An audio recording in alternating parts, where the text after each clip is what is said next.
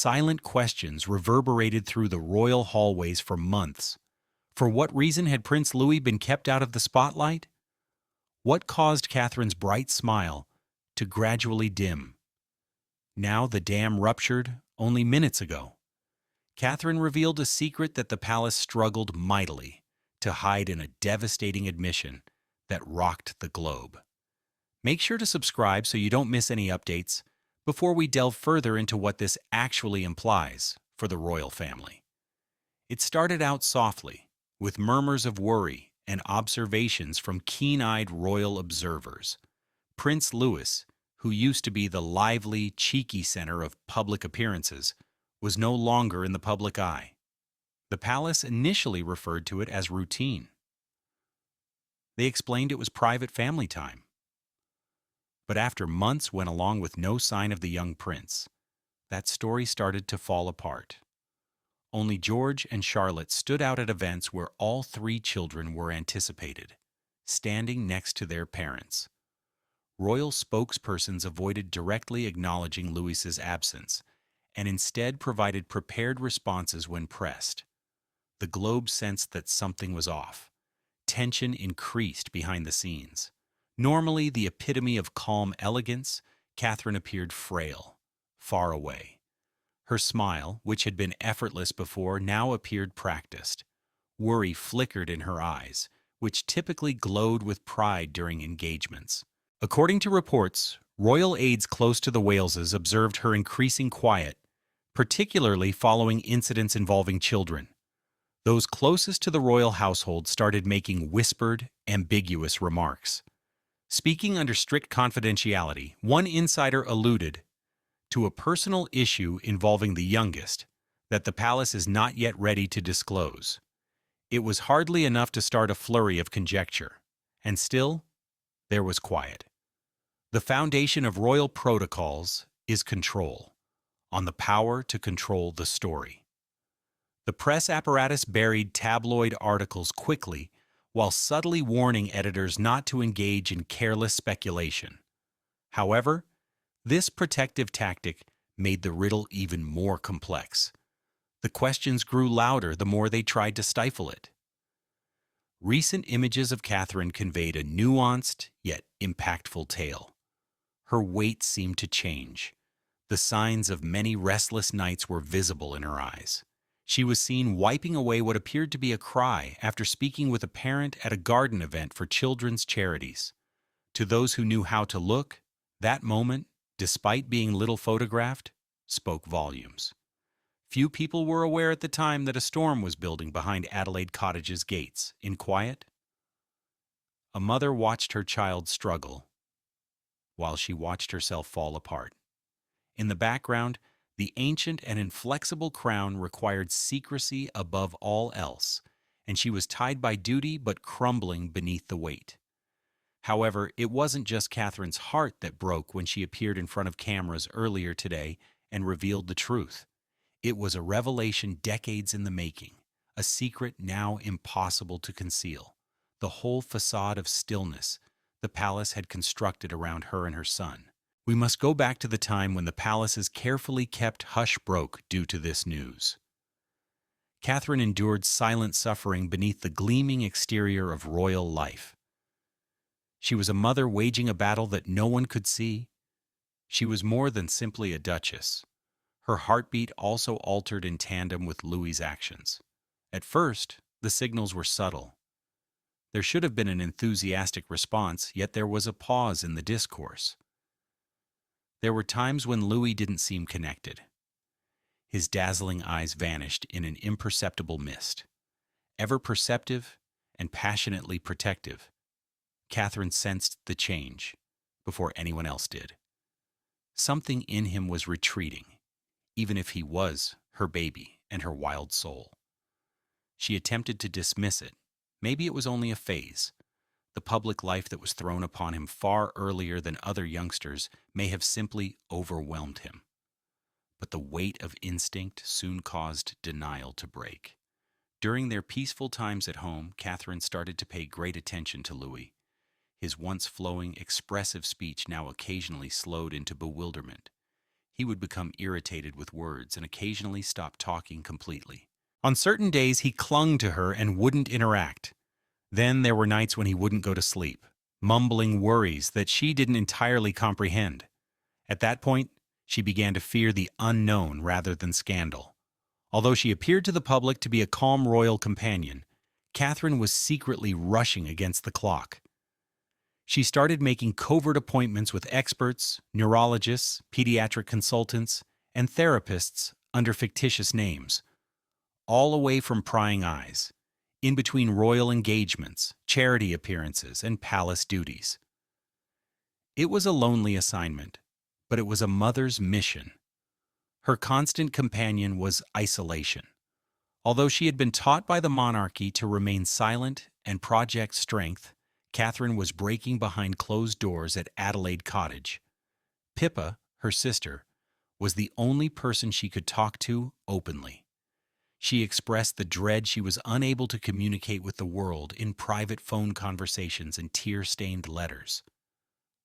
"There's a problem, and no one will say it aloud," she once wrote. When the palace lights went down at night and her kids were finally sleeping, Catherine would frequently find herself curled up in stillness, with her eyes staring at the ceiling. She was dreading what may happen, in addition to lamenting what was. Uncontrollably, panic would mount like a tsunami. What if Louis required more assistance than the crown could offer? What if she had to decide between motherhood and duty? Even William was breaking under the weight, despite his best efforts to be her mooring. In their private sitting area, he would sit next to her in the soft light, silently holding her hand. His quiet was a sign of helplessness rather than apathy. Watching the woman he loved quietly wilt under the weight of a truth they couldn't discuss had never left the heir apparent more helpless. "There's a storm I cannot identify," Catherine wrote often in her private writings, which were never intended for public consumption. There was a name for that storm. Fear was the cause. It was a state of uncertainty. It was being told to grin for the cameras while you watched your child suffer. As her dread intensified, so too did the extent the palace would take to cover what was unfolding behind the golden gates. When the institution insists on silence over grief, what happens? Buckingham Palace created a red line as Catherine looked for answers. No information was made public.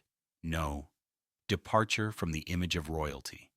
However, secrets are seldom kept hidden for very long.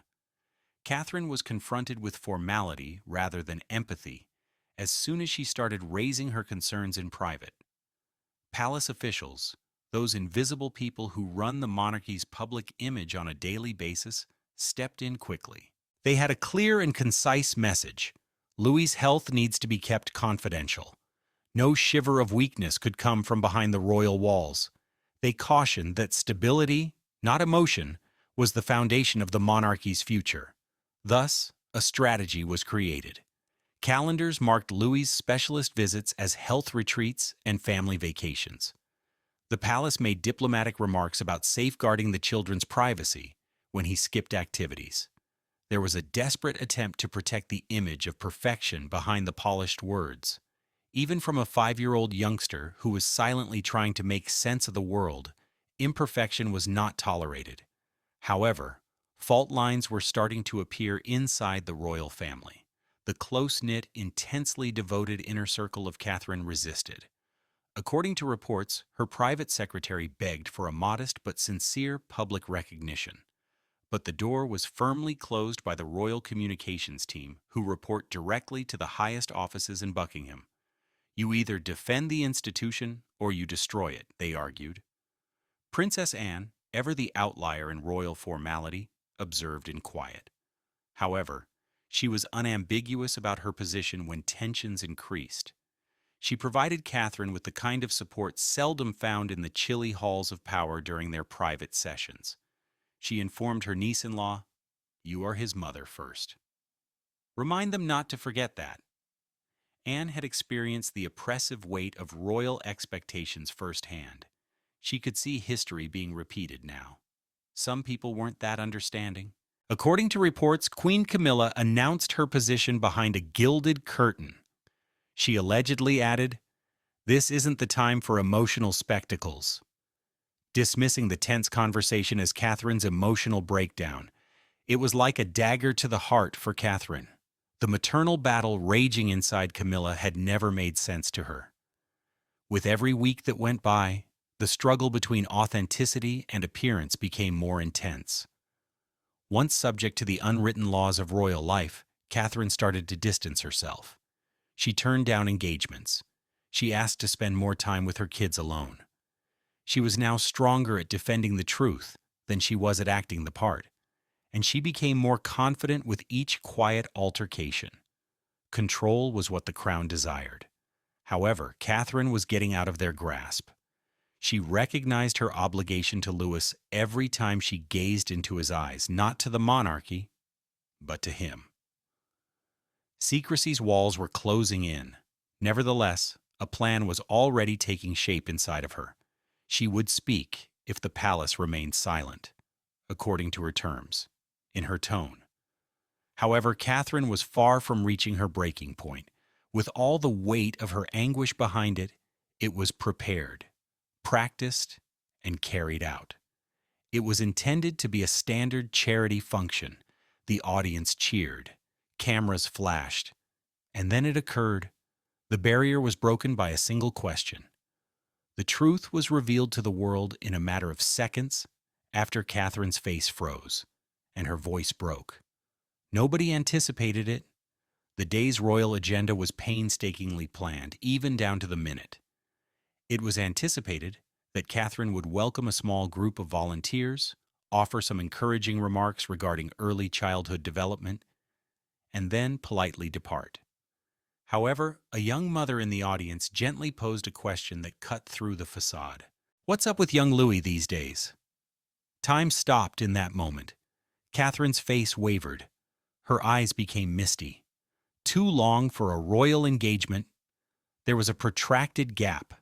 She gripped the microphone with a shaking palm. She then spoke as a mother, rather than the Princess of Wales, defying all the decorum and palace rules that had been instilled in her over the course of 10 years. "He's having trouble," she said. Her voice was trembling. "We've also kept it a secret for too long."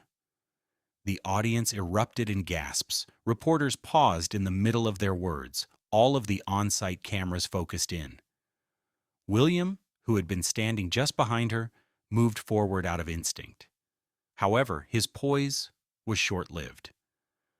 William's eyes filled with tears as Catherine's words sank into the astonished quiet. Visibly overcome, he glanced away as he grabbed for her hand. For Catherine, it was the end of her pretending, and it was the first time the public had ever witnessed the heir apparent falter. A few thousand people watched the live stream at first, but it quickly went viral on the internet. The video of Catherine's heartfelt confession went viral in a matter of minutes. Both news announcers and royal observers were rendered incoherent. To rerun the video, major networks halted their usual programming. Reactions, pity, shock, and unwavering support flooded social media. The carefully manicured image that the monarchy had spent decades creating had been shattered in a single minute by Catherine. However, this was more than a moment that went viral. It was a reckoning.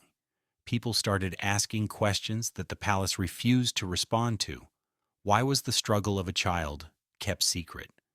Why had Catherine, who was obviously on the brink, been forced to endure her suffering in silence? And why had it taken so long to become public knowledge if this was the most humane and accessible moment in royal history? The script had been inverted by Catherine's unadulterated vulnerability. What was supposed to be a day of courteous charity discussions turned into a worldwide call for openness, compassion, and honesty. The monarchy's mask had fallen off, and something far more potent had taken its place. A lady is no longer prepared to sacrifice her child's reality in order to preserve an image. However, what was this covert conflict? And why did the palace want to hide it from the public so badly? Rumors ran around for years. What few ventured to whisper has now been confirmed by Catherine. In addition to being a lively youngster, Louis was dealing with a malady that altered every aspect of his future. Catherine's revelation of the truth changed more than simply the discourse. It revealed the core of what she had been defending. She finally expressed it after months of conjecture and deceit. A rare neurodevelopmental abnormality was identified in Prince Louis, a disorder that caused unpredictability in ordinary situations. As a result, the camera glare became unbearable. For a young child still attempting to make sense of the world, that made public expectations a harsh burden. Catherine acknowledged that it was challenging to piece together the early indicators. Sometimes seemingly insignificant circumstances, too much noise, too many people, and too many unknowns would overwhelm Louis. During conversations, he would freeze, finding it difficult to comprehend speech that was too rapid or loaded with nuanced emotion. Louis's reactions could be abrupt, unpredictable, or excruciatingly withdrawn, in contrast to his siblings' easy navigation of social signs. Catherine was frightened by what she saw, and the palace attempted to dismiss it as youthful exuberance. She and William turned to some of Europe's most discreet and reliable experts for assistance behind the palace doors. Under the pretense of being educational advisors, experts were sent in.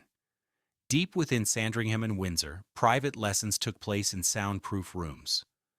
Tutors with training in language processing and sensory integration were assigned to Louis. No royal parent had before acknowledged this world in public, and Catherine was committed to provide her son with the room he required to thrive. The most agonizing moments were not during the meltdowns, but rather in the stillness that followed, even if that meant shattering decades of regal tradition. "Why can't I be like George?" Louis asked, curling up in Catherine's lap one evening after a particularly stressful visit to a royal engagement. She was broken by those simple yet terrible words. It was about identity, comparison, and the excruciating burden of growing up in the royal limelight, not only neurodivergence.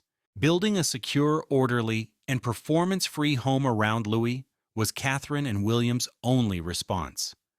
Adelaide Cottage evolved into a haven of purpose rather than seclusion. Chaos gave way to routine. Expectations were superseded by love. They restricted exposure, delayed public appearances, and created an environment free from criticism so Louis could be himself. However, this choice came at a heavy cost. Every missing event sparked fresh inquiries. Every time Louis disappeared from view, the press made conjectures, and the palace's hold became stronger each time they declined to respond. Catherine, however, did not waver. She was aware that there would be consequences for telling the world, but concealing it indefinitely? She could not tolerate that betrayal. Her admission was an act of mother bravery rather than a loss of control. She wasn't only Louis's voice. She fought a struggle no one saw, speaking for all parents in silence. And one royal figure's response would rock the foundation of the palace once more, as the world reacted with shock and pity. The world accepted Catherine's vulnerability, but Queen Camilla's reaction chilled the court. Instead of showing parental solidarity, a whispered comment that has since been released depicted competitiveness and hatred. After Catherine's heartfelt confession, support came pouring in from all across the world. Compassionate messages flooded social media. Parents shared their own stories, inspired by her bravery, and advocacy groups praised her honesty. However, the atmosphere behind the palace gates was anything but encouraging. Several insiders claimed that Camilla, who is renowned for her steely grasp on the image of the crown, was unimpressed. Camilla dismissed the public outcry as Catherine's theatrics in a private chat that was allegedly overheard by a senior staffer. The remarks were meant to stay behind. They made their way to the media behind closed doors and spread like wildfire. It wasn't just a nasty remark. It exposed a more profound rift that sprang from years of unresolved conflict between the two ladies.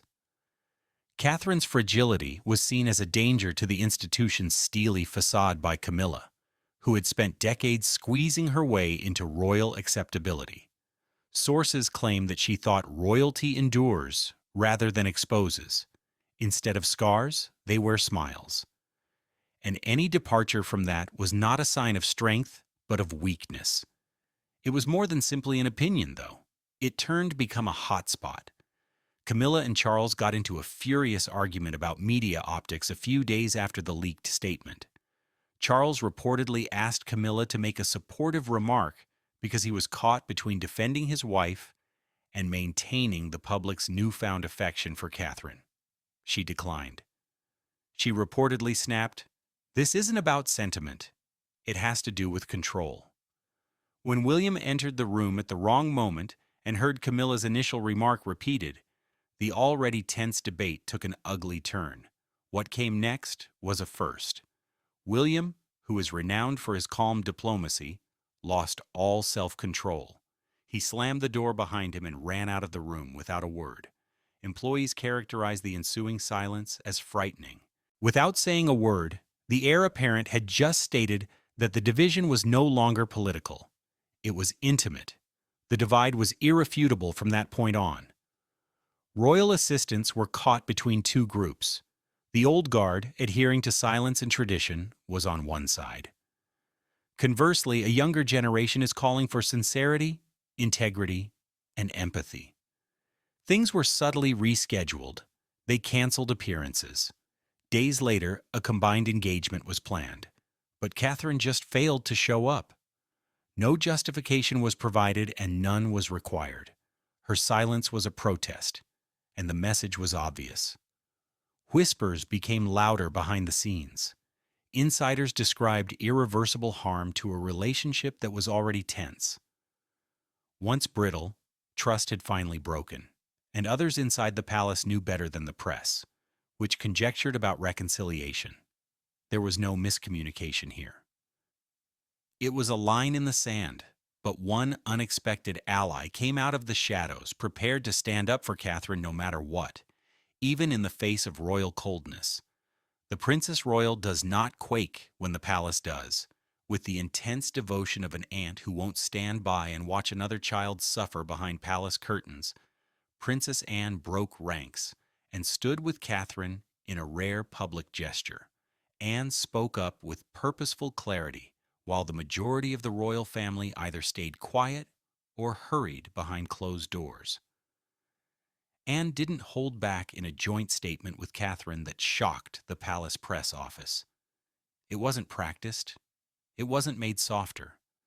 Under the guise of maternal defiance, it was a vow of rebellion. The statement said that children are not protected by silence. Love does. Within the crown, a revolution was sparked by 6 simple words. Anne had previously prioritized principle over process. Decades ago, when the system provided neither privacy for Zara nor Peter, she had fought her own fights.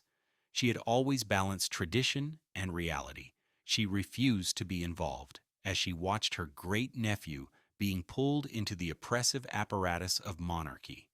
It was not strategy that led her to form an alliance with Catherine. It began with common scars. It was immediately praised by the press, who was eager to find any weaknesses in the royal armor. The Shield of the Crown, a reference to Anne's stern demeanor and audacious defiance, was featured in headlines all throughout Britain. The action was characterized as unprecedented by commentators. There was no example of a senior royal openly supporting a younger generation against the institution itself, despite royal historians' best efforts to discover one. Anne wasn't requesting permission, and she had put down a gauntlet. The fallout was seismic behind the palace walls. Already reeling from William's quiet rage and Camilla's heartless errors, King Charles now found himself at the center of a growing tempest. Anne's action was political as well as emotional. It brought Louis's condition from rumors to the forefront of public discussion. The crown was compelled to face what it had long shunned: silence's human cost. Charles made an effort to control it. He pushed Anne to reevaluate the message it conveys in a series of heated sessions. Anne, however, did not move. She allegedly told him that it conveys the idea that humans are not machines. We are related. According to royal officials, Anne left the encounter without saying sorry or feeling swayed, and the public reacted. Surveys revealed that Anne and Catherine had overwhelmingly positive public support. More royal transparency on the mental health of youngsters was demanded in petitions. Campaigns by advocacy groups started to reference the joint statement.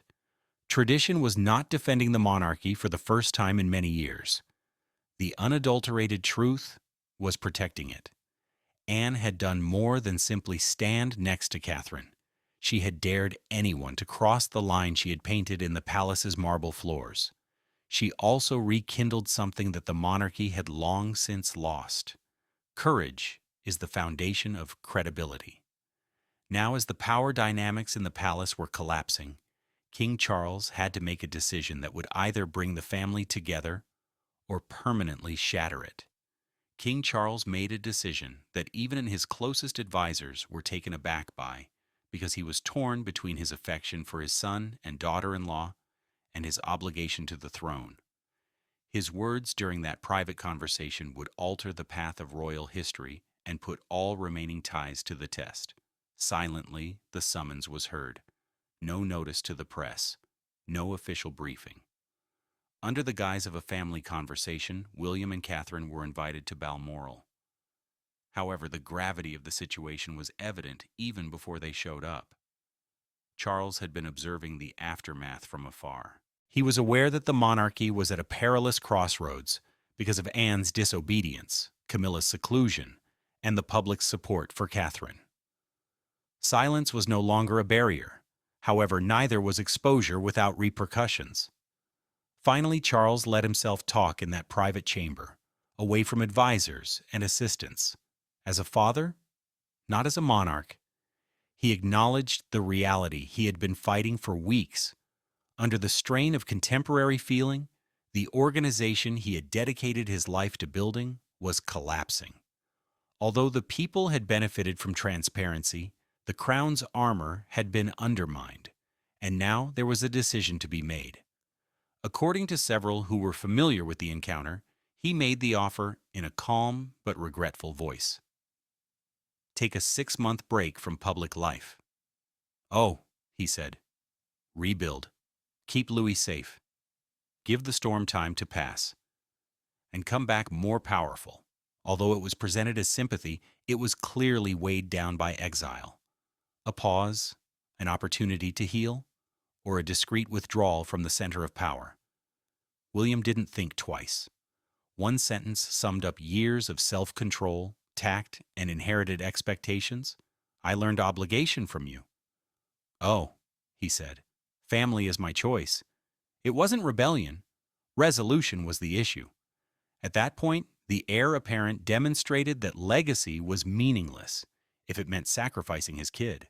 Catherine was no longer able to control herself. It flowed over. The stress, the guilt, the fear. She lost it, shedding tears as she apologized to Charles for the harm it had caused, not for speaking the truth, for bringing about a reckoning that nobody was prepared for the mayhem, and for the headlines. Did I go too far? She queried in a shaky voice. At first, Charles remained silent. He just observed her, this woman who had gracefully carried the monarchy's future until it almost destroyed her. When he did speak, it was with less pomp and a softer tone. I'll then keep you safe behind the scenes. Oh, he said, don't let this ruin you, though. It was a concession, not an order. And maybe a capitulation. Although there was no resolution at the end of the meeting, there were unavoidable consequences.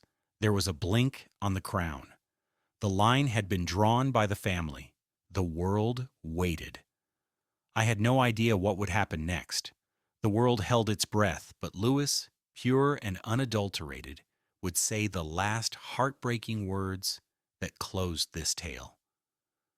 Louis stared into the camera, held his mother's hand, and uttered the words that brought millions to tears in a straightforward family video that was made public on Christmas morning. No palace meddling, No royal script, just the brave, unadulterated voice of a youngster at last heard. After the hurricane, the world had been waiting for an answer, an update, and a sign of recovery. Nobody could have predicted what they received. Unexpected and humble, the Wales family account was uploaded. The caption simply said, "Merry Christmas from our home to yours," without any hoopla. This was obviously different from the start of the video. No press crews were present, just children's laughing, the cozy warmth of a home, and a glimpse of the life they had battled so hard to preserve. No elaborate backgrounds.